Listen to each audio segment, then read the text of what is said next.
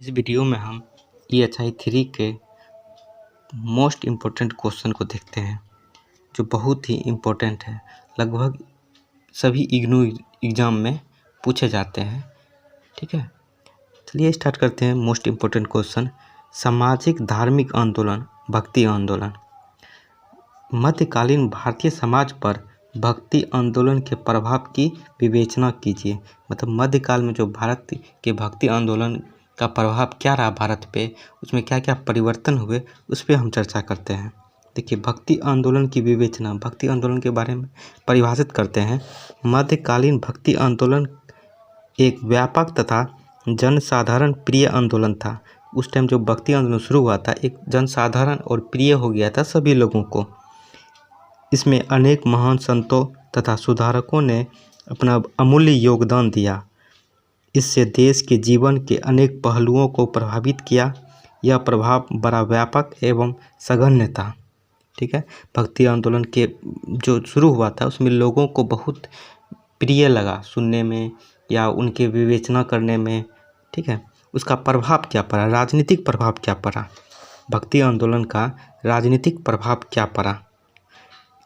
इसने देश में धर्म एवं राजनीतिक को पृथक करने तथा धार्मिक सहनशीलता राजनीतिक को बढ़ावा दिया। जो उस टाइम शासन थे उसको धर्म के लिए सहनशीलता दिया, कोई भी धर्म अपना प्रचार कर सकता है। भक्ति आंदोलन शुरू होने के बाद इसने दक्षिण भारत के अनेक सुल्तानों तथा राज्यों के उत्तर में सम्राट शेर शाह सूरी, अकबर, जहांगीर तथा शाहजहां को पर्याप्त सीमा तक प्रभावित किया। उस टाइम जो मुगल सम्राट रहे उन सभी को धार्मिक आंदोलन यदि भक्ति आंदोलन प्रभावित किया।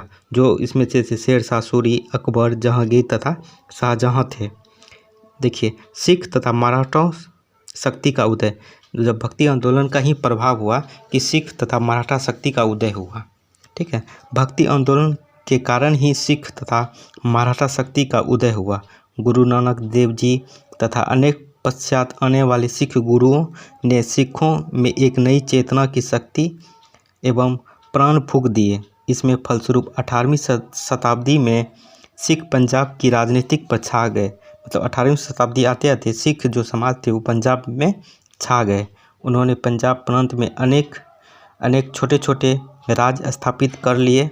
इसी प्रभाव के फलस्वरूप महाराष्ट्र में मराठा शक्ति का उदय हुआ और शिवाजी ने परमाणु के रूप में बिखरी हुई शक्ति को एक राष्ट्र के रूप में संगठित किया और दक्षिण भारत में एक शक्तिशाली हिंदू राष्ट्र की स्थापना करने में सफल हुए। देखिए, राजनीतिक प्रभाव ये हुआ और सामाजिक प्रभाव क्या पड़ा, समाज में भक्ति आंदोलन का क्या प्रभाव पड़ा। देखिए, पहला प्रभाव जो था जाति प्रथा एवं प्रहार। जाति प्रथा जो थी उस टाइम, उस पर क्या प्रभाव पड़ा। भक्त संतों ने जाति प्रथा, ऊंच नीच तथा छुआछूत पर करारी चोट की। इससे देश की विभिन्न जातियों में भेदभाव के बंधन शिथिल पड़ गए और छुआछूत की भावना कम हो गई।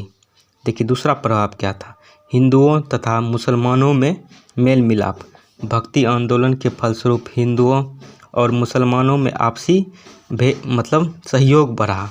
ईर्ष्या, घृणा, द्वेष, अविश्वास तथा संदेह की भावना कम होने लगी। वे एक दूसरे को समझाने लगे और उनमें आपसी मेलजोल बढ़ा, आपसी सहयोग बढ़ा हिंदुओं तथा मुसलमानों में भक्ति आंदोलन से। देखिए, व्यापक दृष्टिकोण क्या था भक्ति आंदोलन का। हाँ, भक्ति आंदोलन में संकीर्णता की भावना को दूर कर लोगों के दृष्टिकोण को व्यापक तथा उदार बनाने में सहायता की।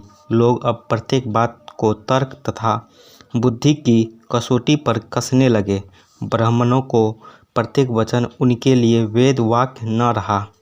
अंधविश्वास तथा धर्मधानता की दीवारें गिरने लगी। जो अंधेरी धर्म के आधार पर जो ब्राह्मण लोग करते थे, भक्ति आंदोलन शुरू होने के बाद वो धीरे धीरे गिरता चला गया, शिथिल पड़ता चला गया।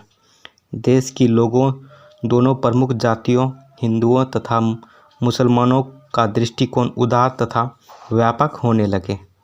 निम्न जातियों का उद्धार, छोटे जातियों का भी भक्ति आंदोलन से उद्धार हुआ। भक्ति आंदोलन के नेताओं ने समाज में एक नया वातावरण पैदा किया। जाति पाति के बंधन शिथिल होने लगे। ऊंच नीच तथा धनी निर्धन का भेदभाव कम हुआ और उनमें आपसी घृणा समाप्त होने लगी। इससे निम्न जातियों का उद्धार हुआ तथा देश के मुख्य धारा में मिलने का एक अवसर प्राप्त हुआ और उनके जीवन में आशा की एक नई किरण का संचार हुआ, मतलब उनमें निम्न जातियों में।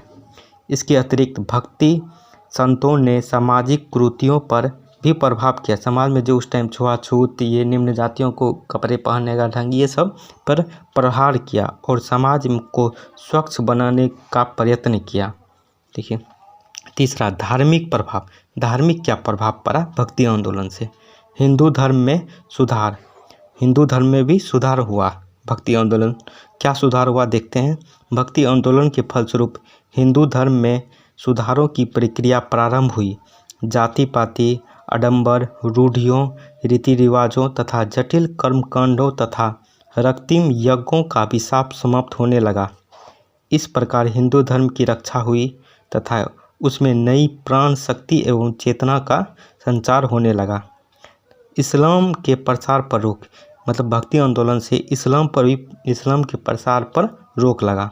भक्ति आंदोलन के कारण हिंदू धर्म सुधारकों ने एकेश्वरवाद, भातृभाव, समानता आदि का प्रसार किया। मूर्ति पूजा तथा छुआछूत का खंडन हुआ। परिणाम स्वरूप हिंदू धर्म का वास्तविक तथा सरल स्वरूप पुनः जनता के सामने आने लगा और हिंदू समाज के निम्न वर्ग में अपने धर्म को त्याग कर इस्लाम ग्रहण करने की प्रवृत्ति रुक गई। देखिए सिख धर्म का उदय। भक्ति आंदोलन से सिख धर्म का भी उदय हुआ। भक्ति आंदोलन के कारण उत्तर भारत विशेषकर पंजाब प्रांत में एक नए धर्म का उदय हुआ। गुरु नानक देव जी ने सिख धर्म के संस्थापक किया।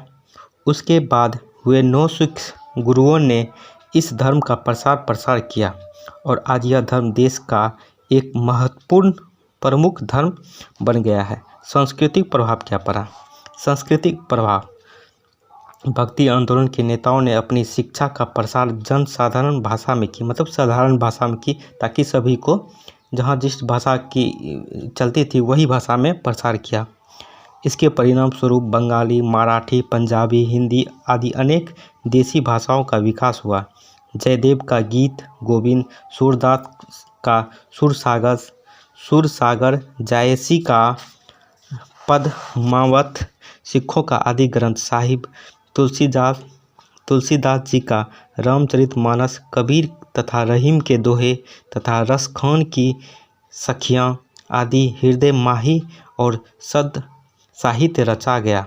यह भारतीय साहित्य की एक कोई कम सेवा न थी। हिंदू मुस्लिम कलाओं का समन्वय।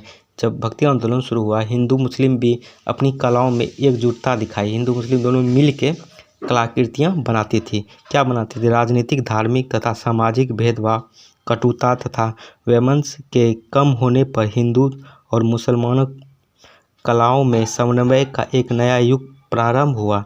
इसमें वास्तुकला, चित्रकला तथा संगीत में आए ईरानी कलाओं का सम्मिश्रण तथा संगम हुआ और एक नई भारतीय कला का जन्म हुआ। इसका निखरा हुआ रूप मुगलकालीन भारतीय कलाकृतियों में देखने मिलती है। देखिए आर्थिक प्रभाव क्या पड़ा भक्ति आंदोलन का। इस आंदोलन के भारतीय सामाजिक जीवन पर कुछ आर्थिक प्रभाव भी पड़े। संत भक्तों ने यह महसूस किया कि अधिकांश सामाजिक बुराइयों का जड़ आर्थिक विषमता है। आर्थिक विषमता मतलब गरीब जो अमीर थे वो गरीब का शोषण कर रहे थे। संत कबीर तथा गुरु नानक देव जी ने धनी वर्ग के उन लोगों को फटकारा जो गरीबों का शोषण करके धन संग्रह करते थे। गुरु नानक देव जी ने इस बात पर बल दिया कि लोगों को अपनी मेहनत तथा कमाई पर ही संतोष करना चाहिए। चलिए थैंक यू। कैसा लगा वीडियो? मेरे वीडियो को ज़रूर लाइक कर दें, ताकि चैनल को भी साथ में सब्सक्राइब कर दें, ताकि नेक्स्ट जो पॉइंट हम बताएंगे आप तक पहले पहुंच जाए। नोटिफिकेशन का बेल ज़रूर बजा दें। Thank you.